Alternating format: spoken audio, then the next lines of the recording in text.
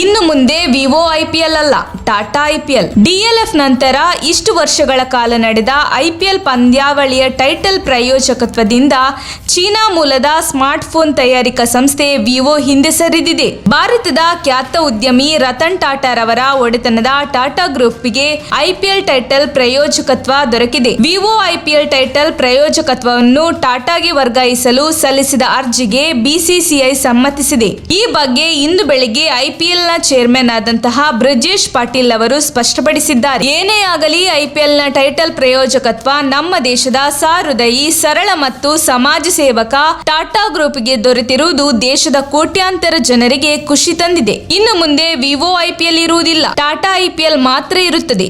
ಇನ್ನು ವಿವೋ ಕೈಯಿಂದ ಟೈಟಲ್ ಪ್ರಾಯೋಜಕತ್ವ ಹೋಗಿರುವ ಹಿನ್ನೆಲೆಯಲ್ಲಿ ಸಾಮಾಜಿಕ ಜಾಲತಾಣಗಳಲ್ಲಿ ಕ್ರಿಕೆಟ್ ಪ್ರೇಮಿಗಳು ವ್ಯಾಪಕವಾಗಿ ಟ್ರೋಲ್ ಮಾಡುವ ಮೂಲಕ ಪ್ರಾಯೋಜಕತ್ವ ಬದಲಾವಣೆಯ ಬಗ್ಗೆ ಪ್ರತಿಕ್ರಿಯಿಸುತ್ತಿದ್ದಾರೆ.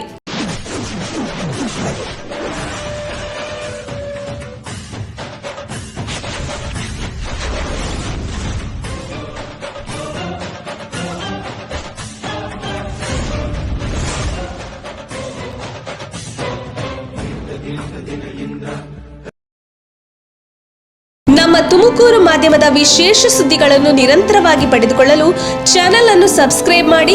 ಕ್ಷಣ ಕ್ಷಣದ ಸುದ್ದಿಗಳಿಗಾಗಿ www.nammathumakuru.com ಗೆ ಭೇಟಿ ನೀಡಿ.